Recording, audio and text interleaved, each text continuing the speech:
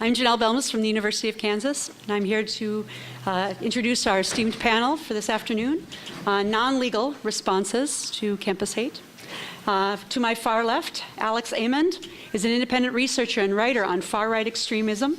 Previously, he served as the research director of the Intelligence Project at the Southern Poverty Law Center, where he led efforts to track and study domestic extremist movements on the ground and online. He is the author of reports including The Alt-Right is Killing People, Analyzing a Terrorist Social Media Manifesto, the Pittsburgh Synagogue Shooters Posts on Gab, and From Eugenics to Voter ID Laws, Thomas Farr's Connections to the Pioneer Fund. Glenn Hughes, immediately to my left, I don't know how, there's a word for that probably, is a sociologist and community organizer working as an administrator at the University of Richmond. Glenn is the founding director of UR's Common Ground Initiative, focusing on diversity, justice, and community. Glenn works at the intersection of academic inquiry, administration, and student development, integrated by a justice-centered approach to institutional and social change. Glenn's scholarly interests include racial justice, sexuality and gender, and organizational change. For the past 3 years, Glenn has taught a course called The System, Behave Yourself, Computer, System, as part of, I really wish I had a tablet right now, as part of the university's Sophomore Scholars in Residence program, a class I would very much like to take. Deborah Mashik is the first executive director at Heterodox Academy, a nonpartisan, nonprofit organization that partners with professors, administrators, and others to create an academy eager to welcome people who approach problems and questions from different points of view. Deb has spent over 2 decades studying how people form relationships with each other. Her academic background includes a PhD in social and health psychology and quantitative methods from Stony Brook University, over 30 published academic articles, and 13 years as a professor at Harvey Mudd College, where she won multiple awards for her teaching. Joining Heterodox Academy in early 2018, Deb describes herself as a heterodox enthusiast who values, seeks out, and creates open inquiry, viewpoint diversity, and constructive disagreement both professionally and personally. And we are moving Tricia from the last panel. Tricia Prabhu is an 18-year-old innovator, social entrepreneur, global advocate, and innovator of the patented Rethink technology, an effective way to detect and stop online hate. She has spoken at various global platforms, universities, schools, and communities in more than 30 cities across 5 continents in 3 different languages to raise awareness about the scourge of cyberbullying and engage adolescents to spread positivity and tolerance around the world. She has also used these platforms to advocate for the power of STEM education, especially for young women. She is currently pursuing her undergraduate education at Harvard College in Cambridge, Massachusetts. I'd like to welcome our panelists, and we will start to my far left.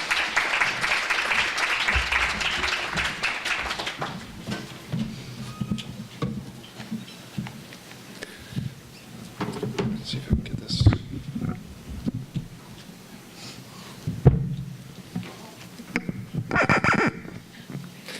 Good afternoon, everybody. Thank you, University of Delaware. Thank you, Jenny, for having me. This is my second time here, actually, and meeting with the students and faculty is always a pleasure, and I've only had wonderful hospitality since coming on board.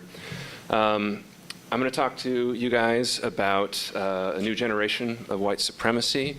What I want folks to take away from this, administrators and other specialists, is that students aren't imagining things, that there is a new and unprecedented attempt to infiltrate university spaces and recruit on universities, mostly white men, into the ranks of a new generation of white supremacist organizing. Folks know who this is? This is David Duke on the university, or the Louisiana State University campus in the late 1960s. He made his debut in the Free Speech Alley there at LSU. It still exists, but it is a public forum where people can basically get on a soapbox and speak whatever's on their mind. I show this just to say that this is not obviously a new issue, but also that far-right extremists are well adept at marshaling free speech arguments in order to get their more hateful messages across. So this is from the SPLC, where I used to work. The most recent numbers, every year the SPLC puts out a census of active hate groups.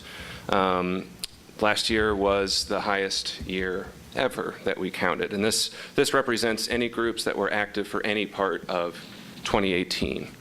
And so there was a jump. There was basically, you can see a decline towards the end of the Obama years, and then a steady rise, which we've written a lot about in the broader context of the Trump phenomenon. A lot of basically his appeal to white fragility and his victory, and really set the white supremacist movement alight. This is a horrible graphic. I'm not a graphic designer, but what I want to point out here is that in 3 categories of the SPLC's hate census, white nationalist, neo-Nazi, and general hate, 60% of white nationalists, this is the highlighted rows, 60% of the neo-Nazi category, and 63% of general hate category are from groups that were established since 2015.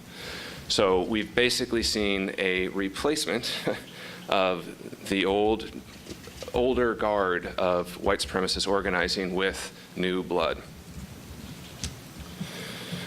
And it has come with attendant violent consequences. This is from a report that was published a year ago, looking at murderers who have been influenced or left trails of interaction with ideas or venues that are common to the alt-right.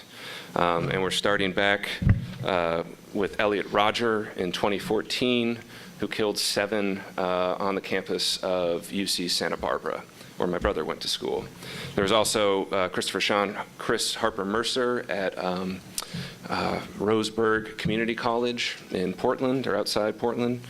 And then there's Sean Urbanski, who stabbed a young African-American lieutenant going into the academy on the campus of University of Maryland. And so we also kind of average out the age here. These are younger white men who left trails of interacting with ideas and venues of the alt-right. And of course, that has only continued in 2018. The ADL also, more broadly, outside of just specifically the alt-right, found in 2018 every single extremist murder came from the radical right wing. And looking back, there was plenty of violence around campus appearances by alt-right figures. Richard Spencer at the University of Florida, some of his people that were on his security detail, later that evening after the event were riding around with a loaded weapon and encountered some counter-protesters who were at the event earlier and fired shots at the protesters. Even before that, and this was before the election, I believe, in 2016, or maybe it was after, I guess it was early 2017, but Milo Yiannopoulos, who's been mentioned several times, was a very hot commodity, was defended by lots of people who should know better at very prominent institutions like the American Enterprise Institute and other places, was a major popularizer of alt-right ideas, and also brought plenty of violence and violent fans to his events. And at University of Washington, one of his fans and his wife actually brought a weapon and were talking about violently counteracting the counter-protesters, and shot one man through the stomach. He had stitches. He had to open up his whole chest cavity in order to be saved at the hospital. Back to my original point about white supremacist organizing and targeting campuses. Again, this is from ADL. The SPLC also tracks this and corroborates this type of data, that campus flyering is a major tool for these younger white supremacist organizations. ADL actually, interesting finds, in 2018 there was a lot more off-campus flyering and flyer drops, but on campus too rose slightly from the year before. And really we saw all of that kind of take off in the beginning of 2016, There's an infamous hacker named Weave, who is the main brains, technical brains behind one of the biggest neo-Nazi websites in the world called the Daily Stormer. But he had hacked into open printers on university campuses and just printed thousands of flyers, Daily Stormer flyers with swastikas and so on. That was in early 2016. And through that, and especially right after the election, we saw a huge bump in flyering on campuses. One of the most prolific organizations and really representative of this new generation of white supremacist organizing is this group called Identity Europa.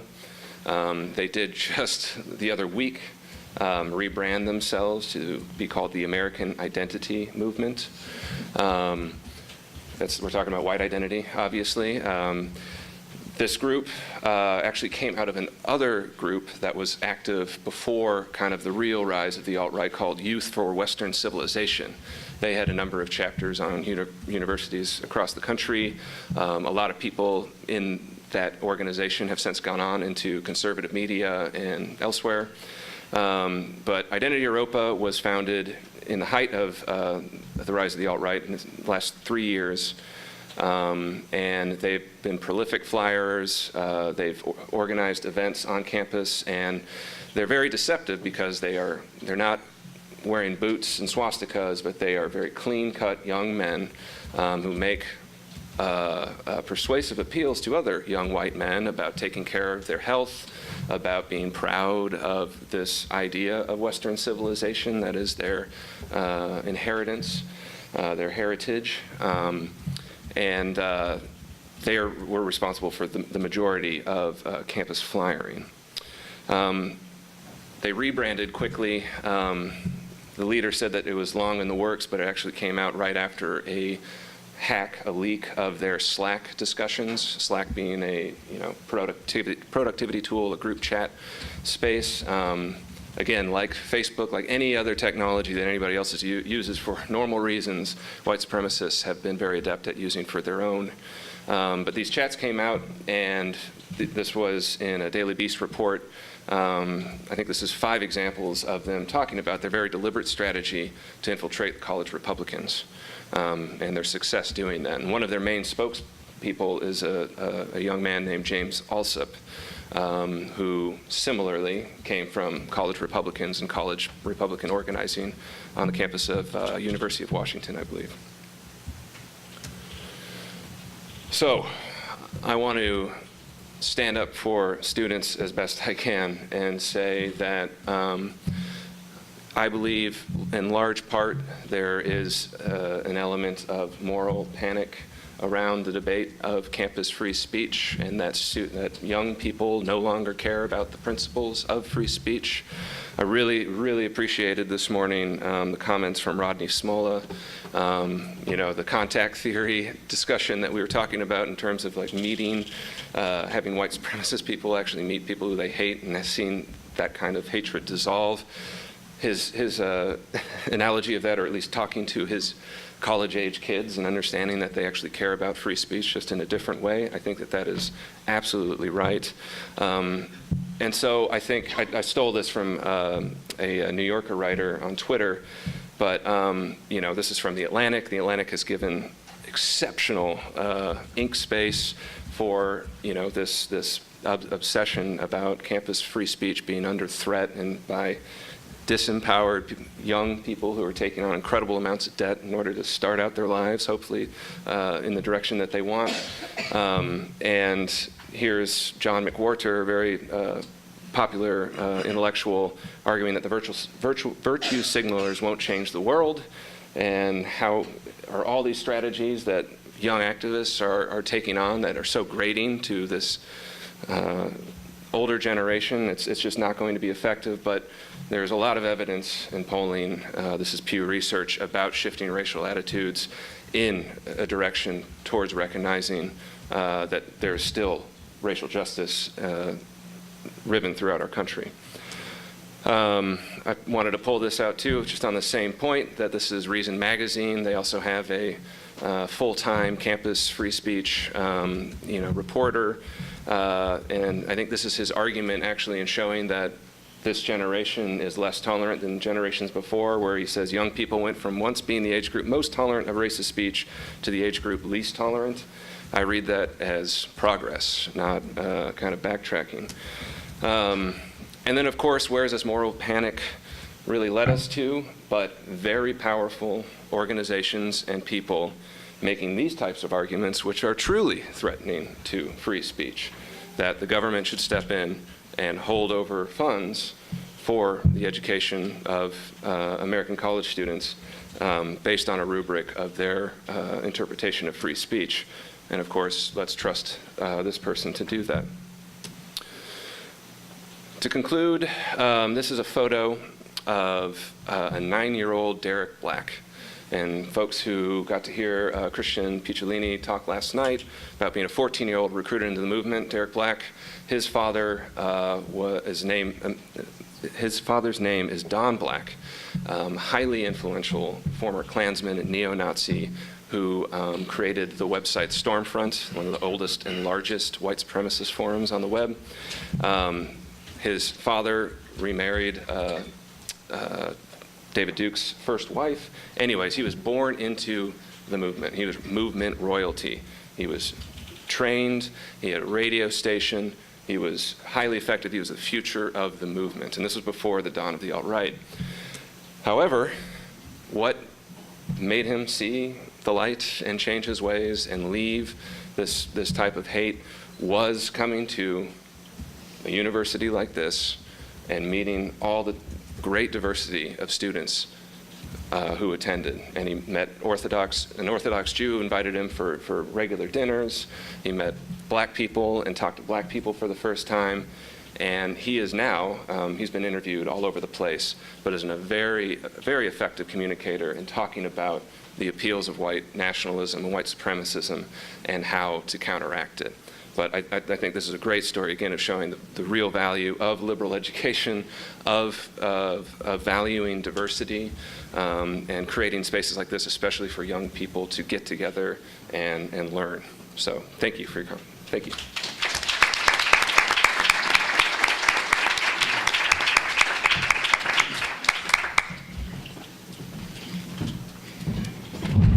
Oops.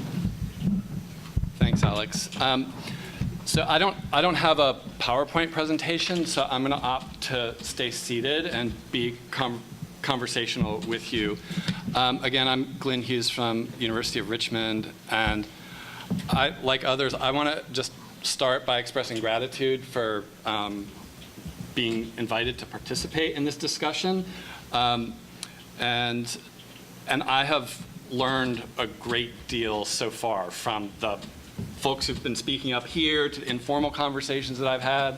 I mentioned to Emma earlier, and I'm thinking that about Alex now. Like, I was very confident about what I wanted to say on my train ride up here from Richmond. But since I've been here, that has all kind of, shifted. And now I'm not, I don't have a clear sense. I don't have as much confidence about that in a good way. And I'm going to be thinking about the ideas and stuff that I've heard here for a good while. So I'm going to make an attempt to cut through all that confusion and still give you something.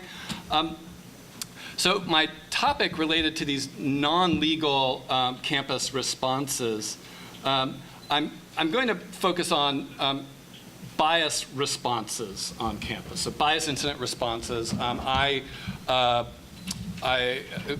created and pulled together and have led our campus bias resource team for about a dozen years. But I'm going to contextualize that a little bit to also try to make a larger point about the way that I see this discussion playing out. And in particular, what's happening to the concepts of whiteness and white supremacy as we talk about it in certain ways. In terms of bias incidents and also the framing that we have here for the conference of pairing the urgency of free speech and the urgency and crisis of hate speech.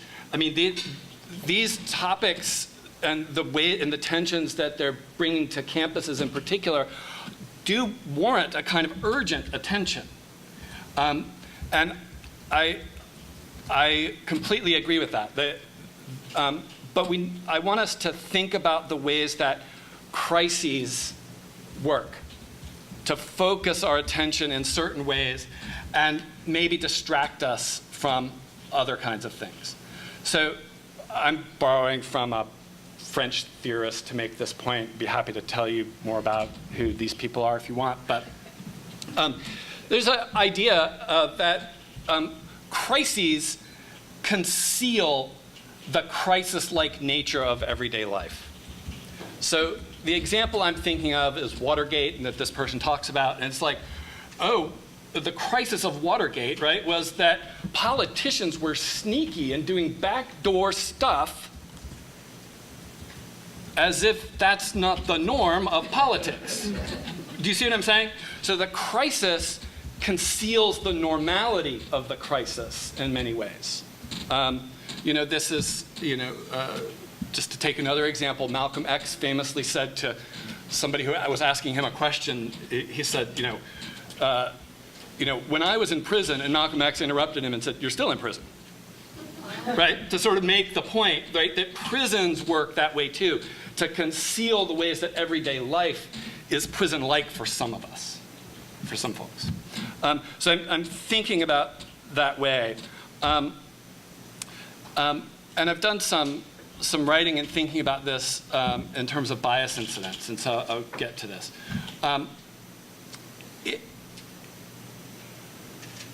Bias incidents are certainly crises that warrant urgent attention, right? So I'm not denying that, but I'm trying to make a different point about how we respond to them. So one of the ways that bias incidents can work on a campus is as an opportunity for the institution to perform it, to do a performance of being on the right side of, say, racism, right? So incident happens, university has a high-profile kind of response to it, maybe something comes from the president about this is not, and all of that may well be warranted, right? But it can also set up a dynamic where the institutional response to the crisis takes attention away from the normal, everyday experiences of, say, people of color on a traditionally white campus like mine. Are you all following me? I'm really doing that teacher thing where I'm kind of counting on, some nods and stuff you're following. And in the process, too, it sets up certain administrative disciplines or fields as being kind of the expert responders, right? So you can get usually kind of get the law enforcement folks, maybe the general counsel or the lawyer. You also get the branding folks in the room. And what institutions don't have, typically, is a kind of way of centering in a really robust way something like community caretaking as a priority, right? So not just how do we respond to this incident, but how is this incident symptomatic of something that we ought to be paying larger attention to, and how are we implicated in that, right? And this is in my view, especially in terms of race, that's a kind of typical kind of whiteness kind of thing. I think about my own life and kind of trying to come to consciousness around these issues. And I remember, say, my feminist friends and my friends of color when I was like a 20-something white guy who were calling me on my stuff. And my response was like, okay, fine. Can you just tell me what it is I'm supposed to say? Because I don't want to be racist. I mean, I'm not racist. I mean, I don't want to be racist. So tell me what to say. And I'll say it. And then I'd like you to leave me alone because I figured out how to say it. So now I'm not racist, right? Now I'm not racist, right? Because I'm saying the right thing. I'm saying what you asked of me. And that's And so there's a way of responding to sort of manage it, right? So that you protect and insulate the self against those critiques by performing correctly. And that's very different than, and you get that I'm moving through the metaphor of myself and the institution, right? So that of showing up and responding and saying, you know what, this thing that you're calling me on, or this thing that happened, this is a provocation for me to like ask questions about who am I? I don't even know who I am. How did I come to even like think that I was a person or a place that where this wouldn't happen or where this wasn't an issue? How did that come to be? That kind of vulnerability and listening, I think, is a better institutional mode. But it's one that most institutions do not have the capacity to do. To just extend this, and I know I'm probably getting close to my time, or I'm at risk of getting close to my time. I was thinking about the way that we've, at this conference, been talking about the concept of white supremacy.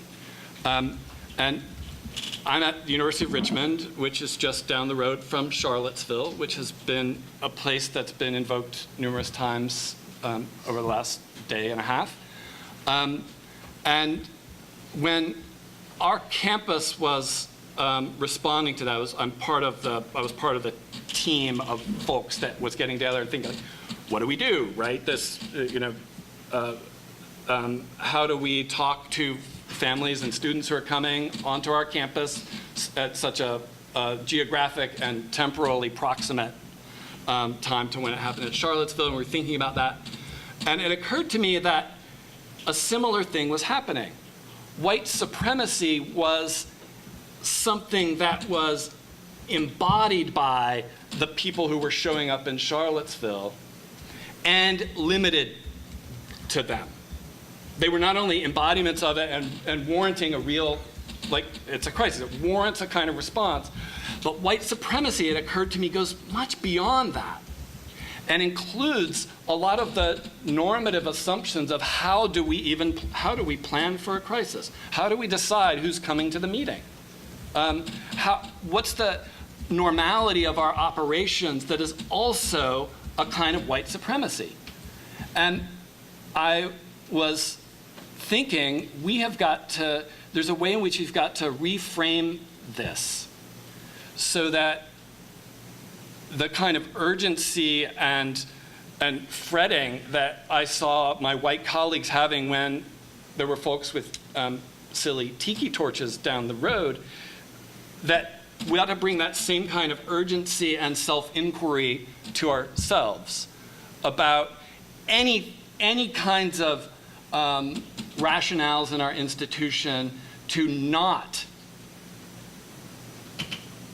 hear the voices of those who we've historically excluded, to critique ourselves, to stand in the way of a critique of how we operate normally. And then, of course, it's a very white guy thing. I thought for a while, like, yes, we've got to do that. And of course, somebody has written about that. And so I want to pass on to you a really good resource that you can just search for online. It's called White Supremacy Culture.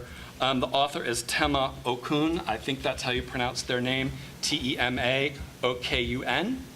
And it goes through this great list of sort of normal organizational, and normal is in quotes there, right? Sort of normal is, I'm saying, is reinscribes the norm of whiteness and white supremacy in our organizations through these very mundane practices.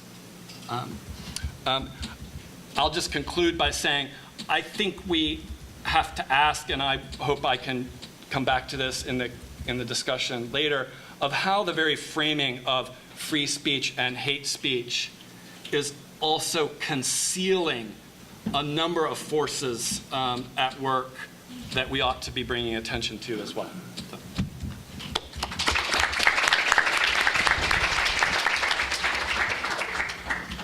Okay, so I know we are here to talk about hate speech, but I'm going to offer a bit of an inversion, in part because it's not totally clear to me where the lines are for what counts as hate speech versus not. So I want to talk about speech we hate.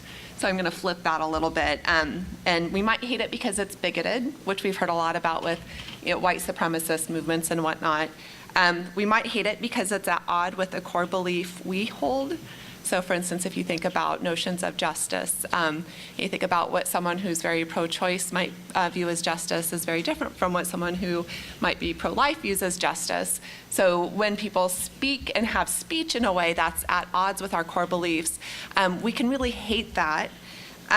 It might be because what someone's saying is just plain wrong, and I can hate that. And it could also be because it's coming from the mouth or the pen of someone who's in a tribe that we oppose. So Jenny mentioned the New York Times article that came out a couple days ago. That's referencing a published piece of research from January that 42% of Democrats and 42% of Republicans say that people on the other side are downright evil. If you dig a little bit deeper in that same article, it also talks about roughly 16, 18%, depending on if you're asking the Republicans or the Democrats, say the world would be better off if a large group of those others would just die. So it could be, I might hate you if you, or what you're saying, if you're just from this other tribe. So I don't know where, my notes just went off. I don't know where the line is necessarily, but so I want to talk about our responses when we come up to that line in our daily lives, and to think through what concrete options do we have in those moments as individuals. So 2 nights ago, I had the opportunity to interview Arthur Brooks, president of the American Enterprise Institute, about his new book titled "Love Your Enemies: How Decent People Can Save America from the Culture of Contempt."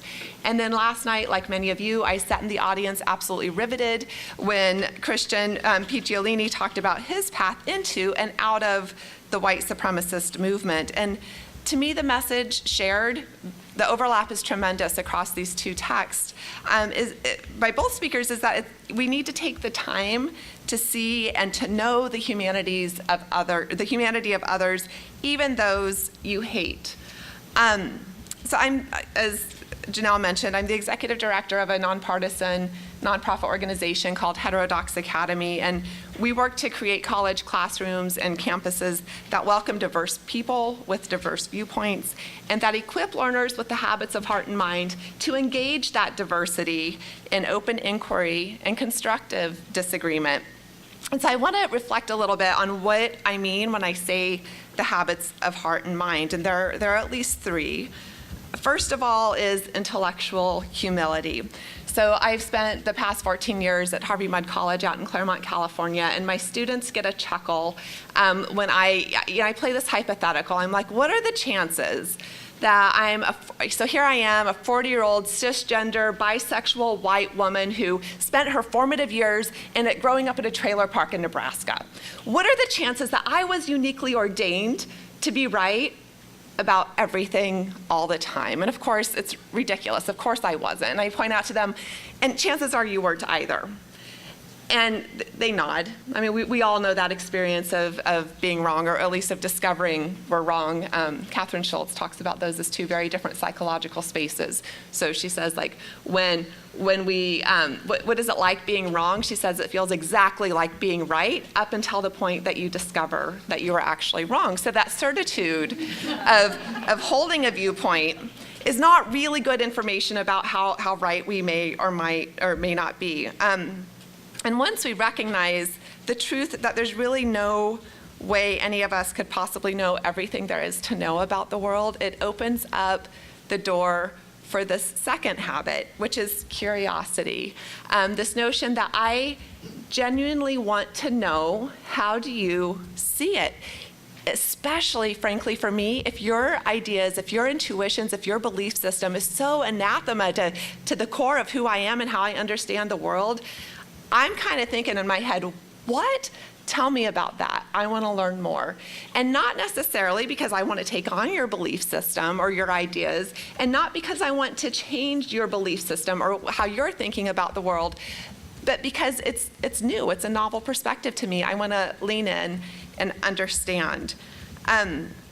I genuinely believe there's a chance, not with all, like there's some of the topics that we've talked about over the past day or so, where they feel really concretely wrong to me. But on some of the open questions out there in the world, some of the tricky, twisty problems about social issues, I'm not sure I've got it right. And I think there's a chance you might have a part of the truth. And I believe that if we can, whatever the object is of our inquiry, whatever we care enough about within our disciplines, within our classrooms, that we're actually going to give it some airtime, I believe we really have a commitment or a desire to actually understand and to know. And I think the only way to do that is to be able to hold that object up, twist it and turn it. And it's not that I'm just going to tolerate you that you look at something differently. It's not just that, okay, you see it different, so I'll put up with you. It's that I'm excited to learn alongside you because you see it differently, because it's only through engaging with you and hearing your perspective that I'm actually going to get to see the nuances, the texture of that thing that I care enough about to understand deeply. So that's my cheerleading for curiosity. And then the third one is that of empathy. Other people believe what they believe for a reason. Just like you believe, just like I believe what we believe for a reason. There's a pathway into knowledge, and the whole idea behind feminist viewpoint epistemology is that all knowledge is situated. All knowledge, or all knowers are situated knowers.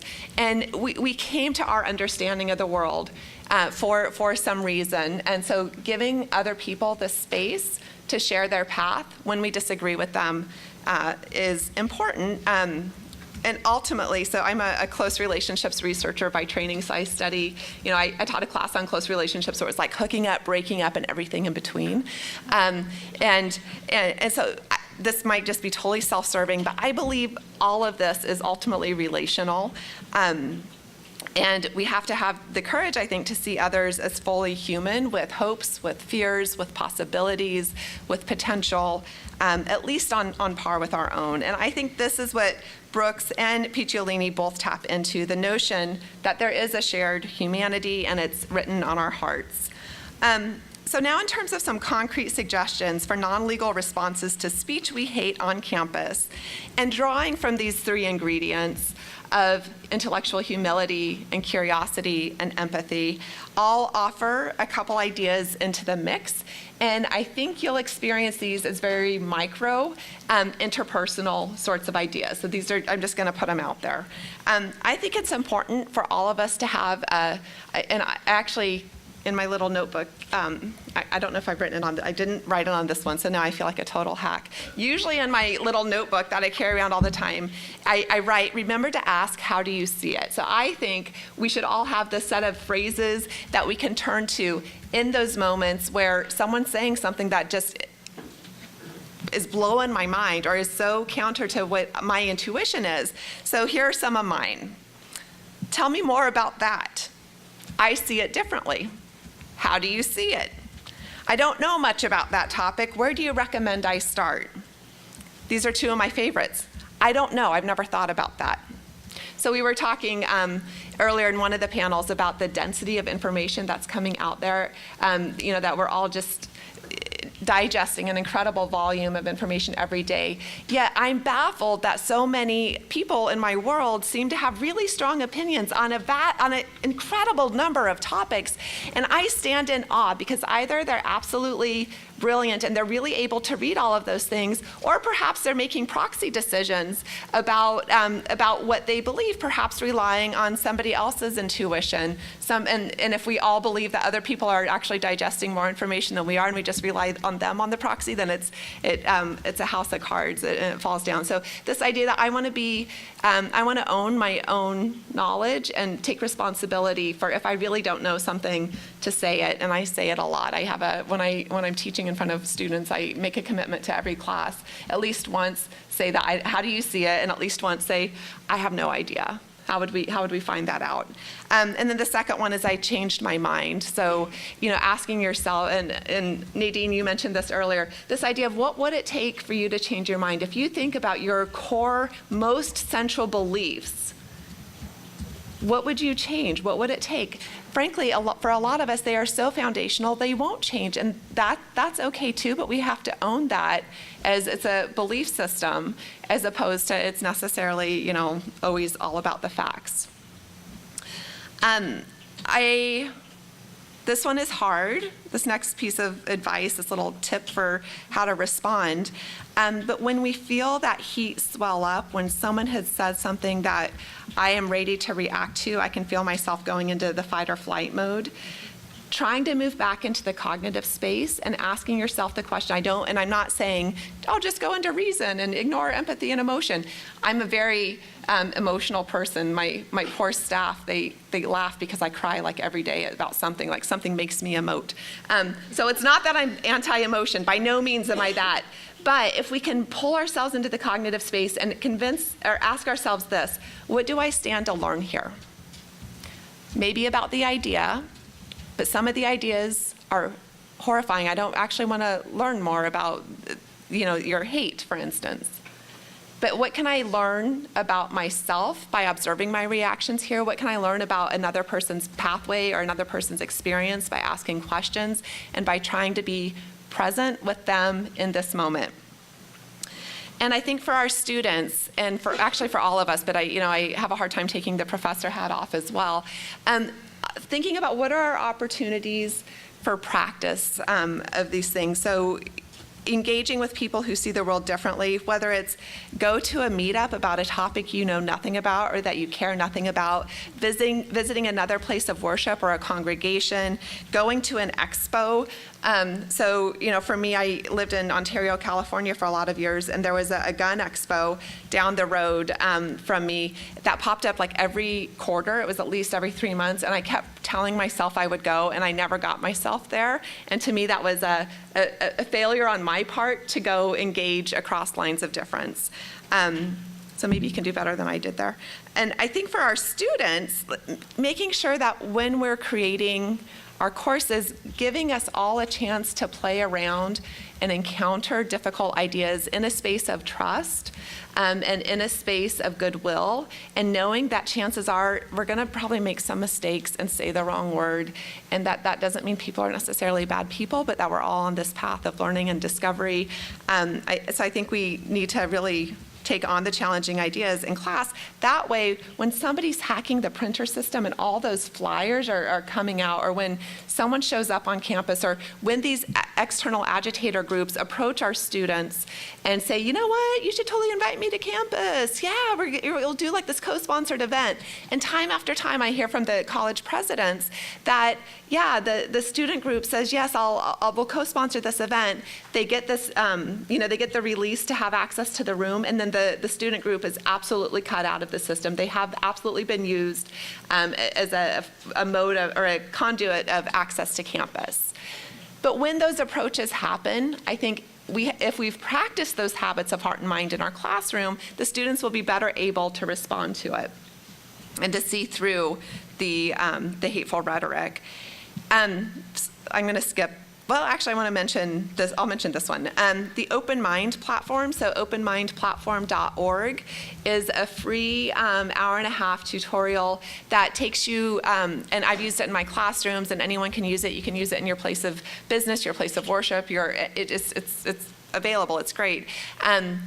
It's an hour-and-a-half workshop that takes you through the moral psychology of why it's so dang hard to engage and authentically and being fully present with people who see the world differently than you do.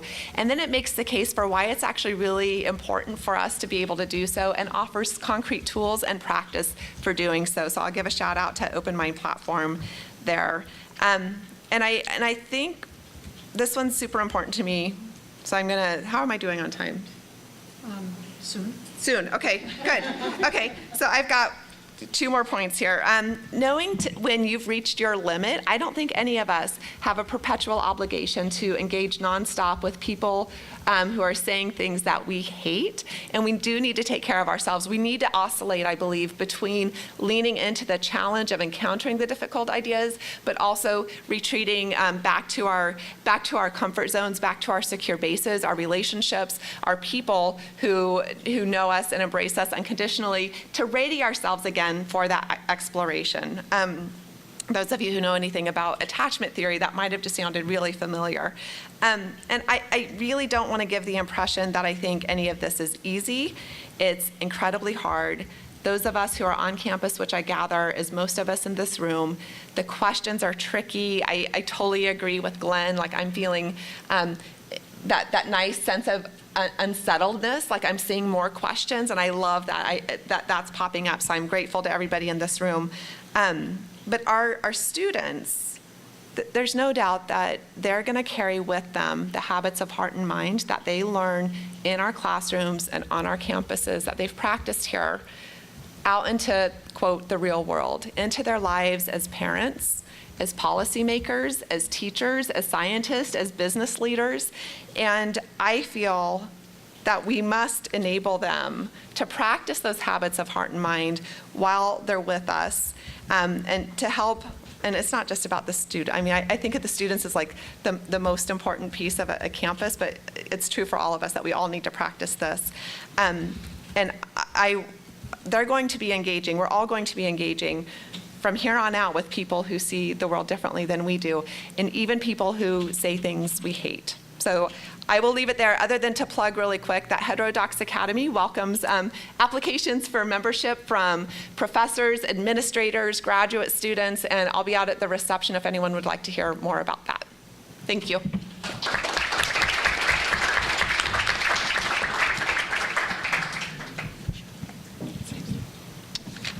Good afternoon. My name is Trisha Prabhu. I am 18 years old. I am an undergraduate at Harvard, and I'm so excited to be able to be here today.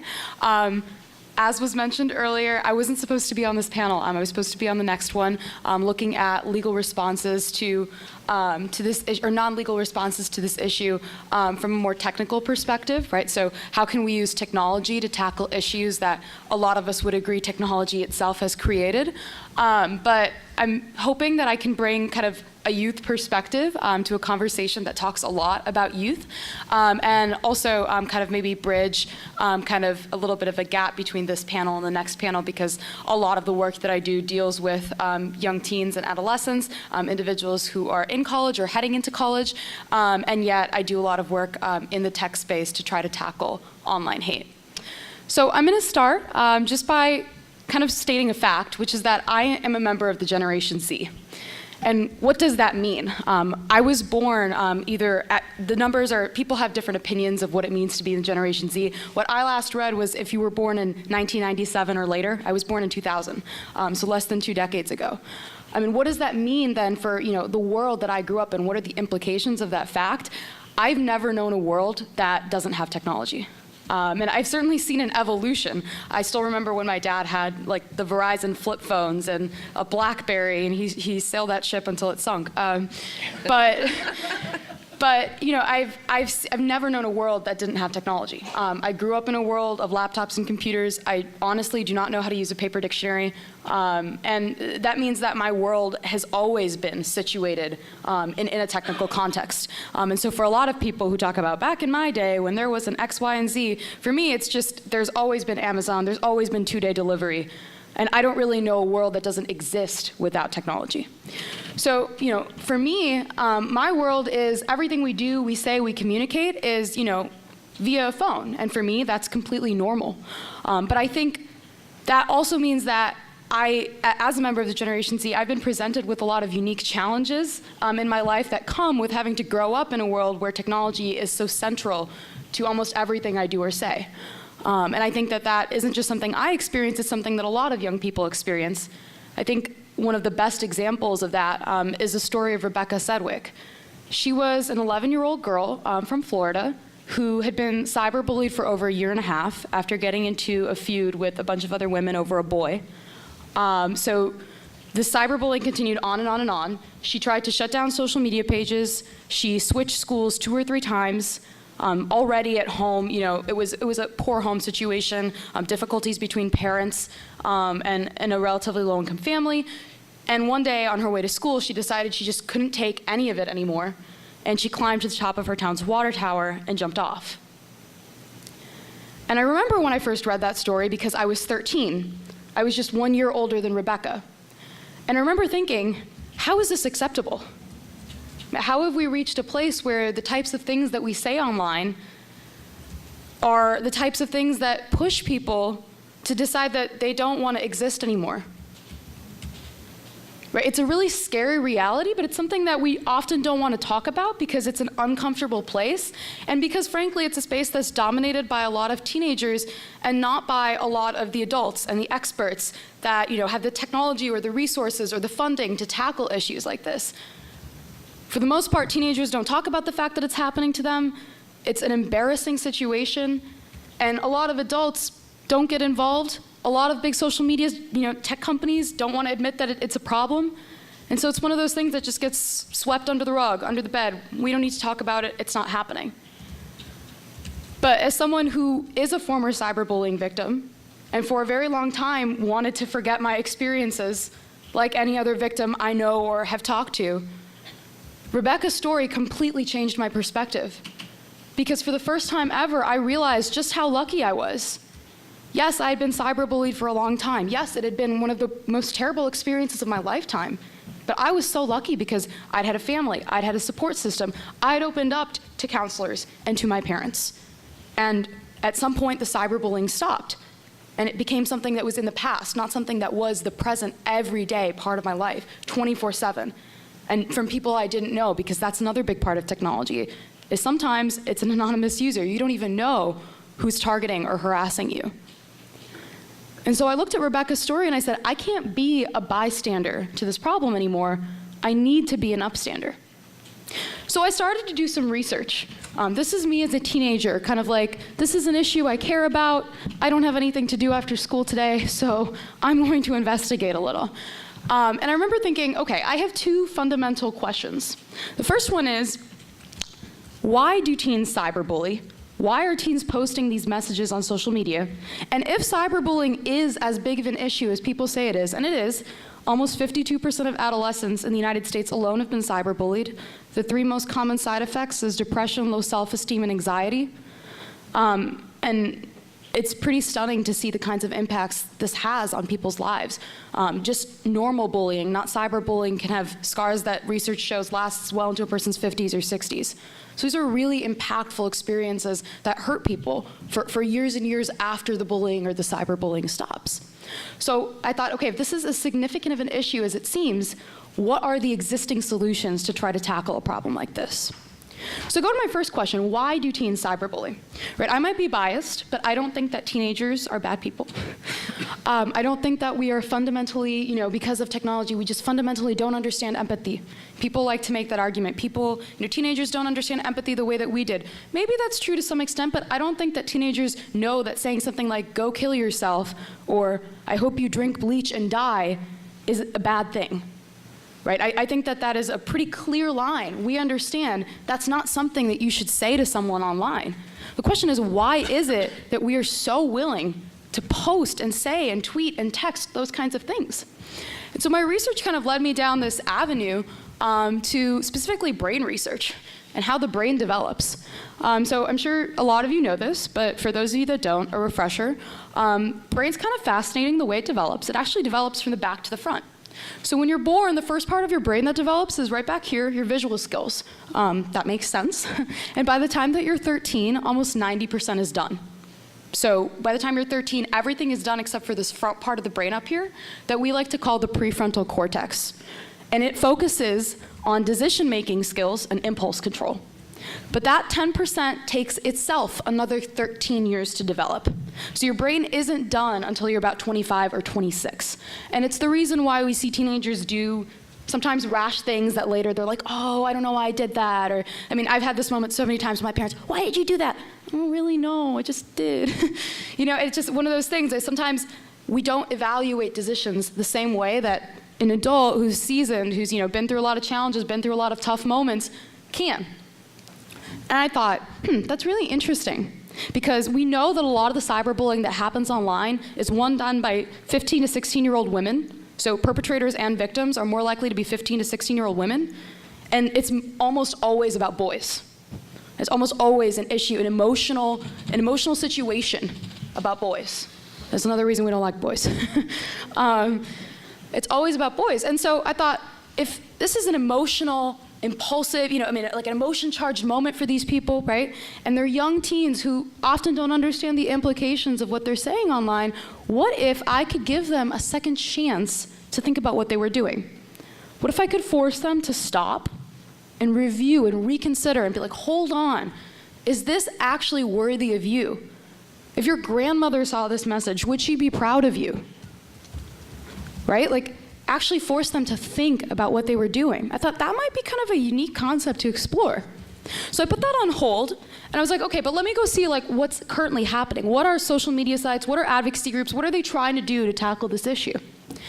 And the common denominator is there are a lot of efforts out there right now to try to tackle this issue, but they're almost across the board reactive. Right? So after the bullying happens, let's try and do something about it. Let's tell kids to tell their parents that it's happening. Let's tell college campus students to tell their parents that it's happening. A good example, Tyler Clementi was an 18-year-old student who went to Rutgers University and ended up jumping off the George Washington Bridge after having some intimate moments with him and his boyfriend. He had just come out recently as gay, live streamed on Twitter. And some of like the official advice given to Mr. Clementi from people he reached out to was like, tell your parents, tell a school administrator, report, et cetera, et cetera. Problem is 90% of young people don't tell anyone when it's happening to them. So how can we promote these reactive solutions to try to tackle this issue of hate speech and online hate when we know for a fact, the data shows, it's not going to work? And so a lot of these solutions were very reactive, right? Stop, block, and tell. Stop what you're doing, block the cyberbully, go tell a parent. And I was like, I want a proactive solution. I want something that stops the online hate before it happens. So that is really how Rethink was born. So Rethink is an app that you can download onto your phone, and with every keystroke on any app that you're on, whether it's Twitter, your mail, your text messages, it can, one, detect that you're about to post something offensive on social media, like go kill yourself, and two, it gives you a second chance to think about what you're doing. So just a little alert on your phone pops up, stops the message from sending. If you try to hit send, it goes, oh, hold on. Are you sure you want to post that message? It could be offensive. When I first came up with this idea, I had very practical expectations. I was like, I'm a teenager, I know how teenagers operate, I don't know if this is gonna work, right? So I ended up conducting this 1,500 trial study that was then later acclaimed by Google, MIT, and Northwestern. Where basically, I looked at if we put teenagers in different environments on social media, but one of them has access to a tool where they're being forced to rethink what they're doing on social media, but one of them does not, how can we compare these differences? And what do we find? When a teenager has a second chance to think about what they're doing on social media, over 93% of the time, they change their mind. Decide not to post these messages. So the willingness to post a message like "you are so ugly" in any number of contexts actually drops from 71% for the average 13 to 18-year-old to 4%. And that to me was stunning because it seemed like such a simple solution, such a simple concept, but I think fundamentally it's a really good example of how very simple concepts and ideas can be very powerful to address complex issues like online hate or cyberbullying. So since Rethink as a concept was developed, it's grown. We are now a fully fledged app available on the Google Play Store and the App Store. We've reached 3 million students over the last 3 years. So we work with 2,500 schools globally. And basically, we work with a number of high schools, but also a few campuses. We're starting to move into that space. It's more with high schools because they have Chromebooks, they have iPads. These are devices that the schools own, that they're giving to kids. And believe it or not, it's a huge liability. There have been a ton of instances that have popped up in the news and media as of late of students cyberbullying other students on school devices. And for schools, that's a scary thought. How do you introduce technology into a classroom in a way that makes it safe for teenagers? It's a question that right now we don't have a great answer to, but Rethink is one of those things that can help bridge the gap. So we work with a lot of schools, we work with a lot of parents, a lot of law enforcement who are now seeing issues like sexting become something that is a pervasive legal issue because 13 and 14-year-old kids don't understand that you can go to jail for sending these types of things. And I think that also reflects why we do the second part of what we do, which is educational curriculum, educating kids about technology.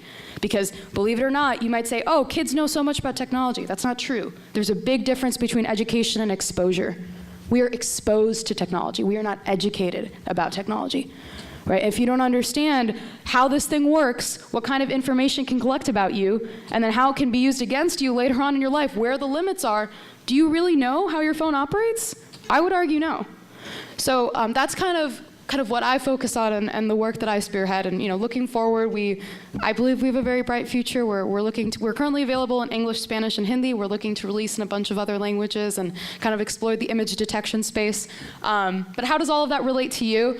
I kind of want to end my piece with more of less of a theoretical application, more of a practical application, which is, I think a lot of people would look at me myself, looking back at myself, 10 years ago, probably wouldn't have been like, I think you're the person to do something like this. I mean, I'm a woman of color running a tech startup. In no way am I the stereotypical person to tackle a problem like this. And when I first started Rethink, so many people were just like, we need kind of someone tough to handle this issue. You're so young, you don't really look like the type of person we usually see. And I've been in a lot of VCs, boardrooms and this and that, and I'll always get some sort of version of, it's really great, but there's just something off, and by something off, it's just you. It doesn't add up because we've never seen something like this before. And so I guess my advice is, one, there isn't the right time or the right person to do something. Right? I'm a young person with, a lot of promise, but I also talk to a lot of adults who are like, well, I don't really know that I'm the right person to start something new. I already have X, Y, and Z, and how am I supposed to navigate this, and how am I supposed to figure this out? And I have this interesting idea to try, but I don't really know. My takeaway for all of you is I'm living proof that someone with, frankly, no special talent or skill or ability or, the right type of background can make a huge impact. And for me, it is the emails that I get every day from teenagers that use the technology, schools that have seen it transform their students. And I think it's a great example of how you can be exactly who you are and touch the lives of people you don't even know.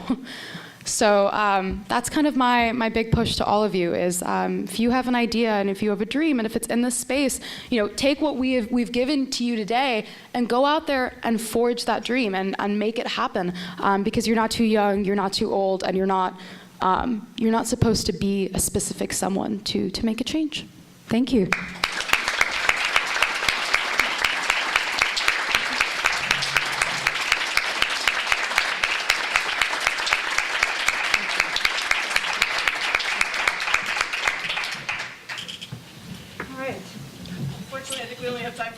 We do want to question. I don't even know how to follow that. So. I got nothing. We can stop there. Yeah. All right. Okay. Questions? Let me just sit. I have a question and a comment for the last speaker. I loved your talk. The comment is this. It may be a coincidence, but the example you gave of the suicide and my own memory of when someone I knew said mean things and acted as a bully was age 11, 12. So not teenagers, but middle school. Mm-hmm. So I wonder if you've thought about intervening at the middle school level. But my question is sort of about how your re-app works. Can it tell that the message is offensive or scary or something like that? Is that it somehow decodes the language?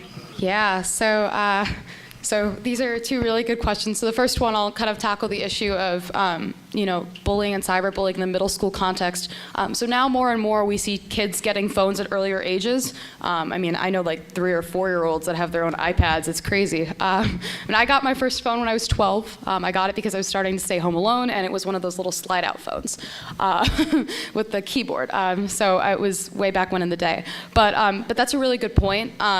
We focus a lot of our work on 13 to 18-year-olds just because we find that that's when cyberbullying incidents tend to crop up the most, but it is definitely true that it's starting to gain a lot of traction in middle school. So we have curriculum that's really focused on middle schools, and we work with a lot of middle schools who also have technical devices. Also, in a lot of school districts across America, schools are prioritizing high schools for classroom technology first. So it's a lot of freshmen and sophomores, juniors and seniors who are getting laptops or iPads or Chromebooks as opposed to elementary schooler. They tend to start with high schools and then work their way down. So a lot of the schools we work with tend to be high schools, but it's definitely a great point.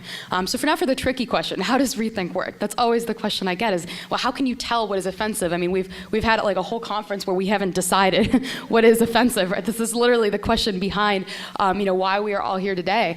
So it's a work in progress. So what we do is we have keywords that we as a company have decided based off our values and our private core mission we think are offensive no matter what context you use them in. So the N-word, there are other words that we just feel are derogatory, and you should never say that to someone. There is no context where we privately believe that's appropriate.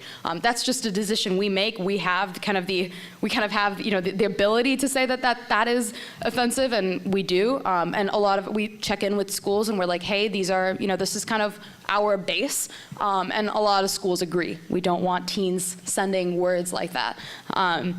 The other thing we do is we have machine learning algorithms that are self-learning. So we train them to try and detect what offensive language is, and then over time they get better and better at it. Now, is it a perfect process? Absolutely not. And I think some of the speeches today have highlighted kind of the dangers of that, and that's something we're 100% very, very conscious of, is the fact that language is tricky, and especially moving into international languages, it got trickier. I understand what English slang is. I don't know what Spanish slang is. And so working with natural language experts in natural language processing and other languages, linguistic experts. Those are kind of the extents we go to try to make it accurate. And then we don't just have the algorithm teach itself. We also have technical employees who work every day to manually train and correct issues. So we are very attuned to the fact that that's an issue. And we don't believe cyberbullying is a problem that can be solely tackled by technology. I see Rethink as something that is an add-on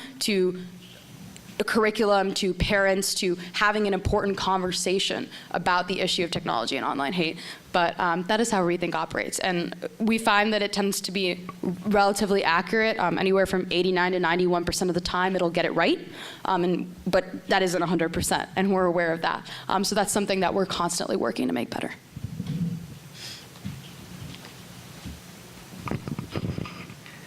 I want to thank everybody on the panel for bringing your perspective, your experience.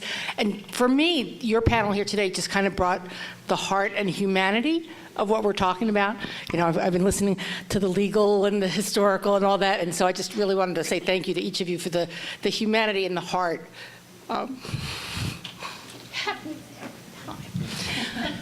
gives me hope as an educator that this generation is going to be the best. Thank you.